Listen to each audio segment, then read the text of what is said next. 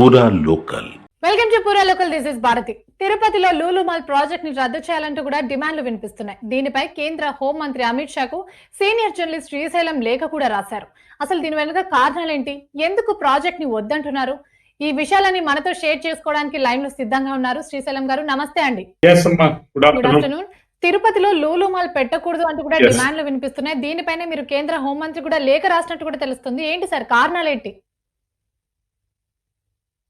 తిరుపతి దేవస్థానం అంటేనంటే ప్రపంచంలో ఉన్నటువంటి ప్రతి హిందువుకు ఒక పవిత్రమైనటువంటి స్థలం.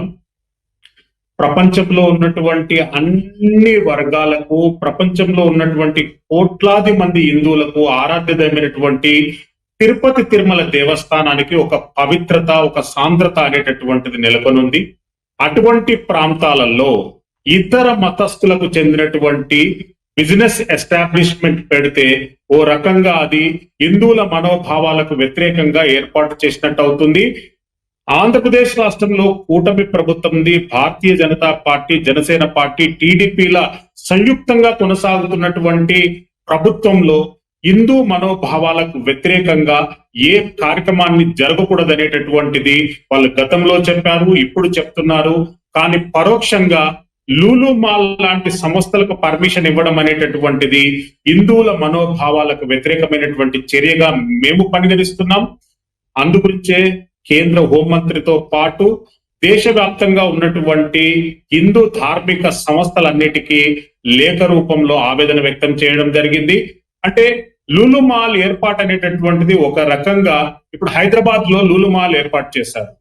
అక్కడ 10,000 మంది ఉద్యోగాలుంటే 9,500 చిల్లర ఒక రిలీజన్ కు సంబంధించినటువంటి వ్యక్తులకే అందులో ఉద్యోగాలు ఇచ్చారు. తిరుపతి లాంటి ప్రాంతంలో 10,000 కుటుంబాలు ఇతర మతస్థులకిన అక్కడ నివాసం ఏర్పాటు చేసుకుంటే ఎలాంటి పరిస్థితులు ఉంటాయి? అక్కడ ఉన్నటువంటి హలాల్ పర్మిషన్లు కానివ్వండి, అక్కడ ఉన్నటువంటి ఒక స్టాండిటీకి సంబంధించినటువంటి అంశాలపైన పూర్తి స్థాయిలో ఆక్షేపణ ఉంటుంది.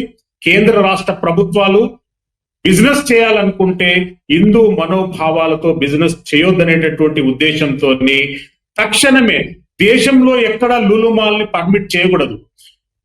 పర్మిట్ చేస్తే మాత్రం హిందూ ధార్మిక మనోభావాలు దెబ్బతినే విధంగా ఉన్నటువంటి తిరుపతి పరిసర ప్రాంతాలలో వందలాది దేవాలయాలు ఉన్నాయి. అక్కడ ఉన్నటువంటి తిరుపతి గాని, తిరుచనపల్లి గాని పరిసర ప్రాంతాలన్నిటినీ ఒక డివినిటీ ప్రాంతంగా మనం డిక్లేర్ చేసుకున్నాం. ఇప్పుడు వాటికన్ సిటీకి ఎట్లాంటి సాంద్రత ఉందో, ముస్లింల మక్కా, మదీనా ప్రాంతాలకు ఎట్లాంటి సాంద్రత ఉందో అంతకంటే ఎక్కువ ప్రాముఖ్యత, ప్రాధాన్యత, విశిష్టత ఉన్నటువంటి టిటిడి తిరుపతి దేవస్థానాన్ని మనం గుర్తిస్తాము. ఆ ప్రాంతంలో లూలు మాల్ అనేటటువంటిది డైరెక్ట్ గా 10,000 ఇతర మతస్థుల కుటుంబాలకు అక్కడ ఆశ్రయం కల్పించినట్టు అవుతుంది. ఎట్టి పరిస్థితుల్లో కూడా తిరుపతిలో లూలు మాల్ కు అనుమతి ఇవ్వదనేటటువంటిది మా డిమాండ్.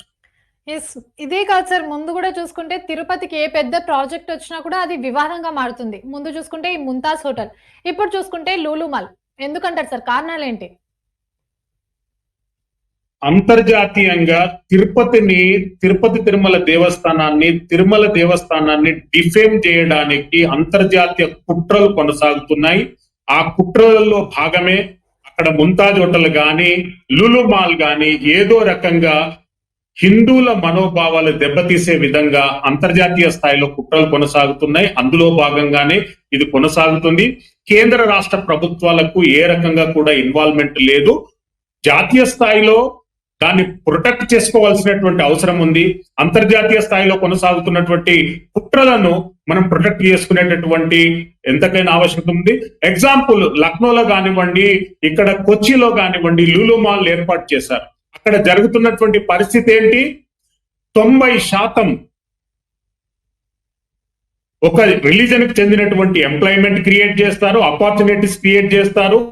అందులో కొద్దిపాటిగా ఎవరికైనా ఎంప్లాయ్మెంట్ ఆపర్చునిటీస్ ఇస్తే మహిళలకు, అమ్మాయిలకు జాబ్ ఆపర్చునిటీస్ ఇస్తున్నారు. అంటే ఎక్కువ సాంద్రతలో అక్కడ అబ్బాయిలు ముస్లింస్ ఉంటారు, తక్కువ సాంద్రతలో అమ్మాయిలు ఉంటారు. ఓ రకంగా లవ్ జిహాద్ కు కేంద్ర బిందువులుగా మారుతున్నాయి. హైదరాబాద్ పరిసర ప్రాంతాలలో కూడా చాలా కేసులు ఇవి నమోదవుతున్నాయి. ఎట్టి పరిస్థితులలో భారతదేశంలో ఎక్కడ లూలు మాల్ అనుమతి ఇవ్వద్దు. ఇస్తే మాత్రం తిరుపతి లాంటి సాంద్రత, తిరుపతి లాంటి శాంటిటీ ఉన్నటువంటి నగరాలలో లూలు మాల్ అనుమతి ఇవ్వద్దనేటటువంటిది మా డిమాండ్. సార్, మరి పుణ్యక్షేత్రాలు, ఈ చారిత్రాత్మక నగరాల పవిత్రతను కాపాడేందుకు ఈ జాతీయ విధానం అవసరం అంటారా? జాతీయ విధానం ఆల్రెడీ ఉన్నది. రాజకీయ నాయకులు అందులో ఇన్వాల్వ్ కాకుంటే అది ప్రొటెక్ట్ అవుతుంది. ఆగమన శాస్త్రాలు ఉన్నాయి. మనల్ని పరిపాలించుకునేటటువంటి ఎన్నో ధార్మిక సంస్థలు ఉన్నాయి. ఆ సంస్థల మనోభావాలకు వ్యతిరేకంగా ఆ సంస్థలు వద్దన్నా కానీ కేంద్ర రాష్ట్ర ప్రభుత్వాలు అనుమతిస్తే మాత్రం ప్రపంచవ్యాప్తంగా ఉన్నటువంటి వందలాది కోట్ల మంది హిందువుల మనోభావాలకు దెబ్బతిన్నట్టే అవుతుంది. మరి ఏపీలో ఉన్నది కూడా కూటమే కదా. బిజినెస్ అంటే పవన్ కళ్యాణ్ గారు దృష్టికి ఏమంటున్నారు ఇప్పటి వరకు? నేను ఫస్ట్ వర్డ్ నేనన్నది కూటమి ప్రభుత్వము హిందువుల యొక్క కన్సర్న్ లోపట హిందూ మనోభావాలు పరిరక్షిస్తాం. వైఎస్ జగన్మోహన్ రెడ్డి చేసినటువంటి హిందూ వ్యతిరేక విధానాలను ఎండగట్టి అధికారంలోకి వచ్చినటువంటి కూటమి ప్రభుత్వానికే ఇది మొదటి ప్రశ్న, వాళ్ళకే మొదటి లేఖ. నేను జనసేన అధ్యక్షులు పవన్ కళ్యాణ్ గారికి కూడా ఈ లెటర్ ఒక కాపీ పంపించడం జరిగింది.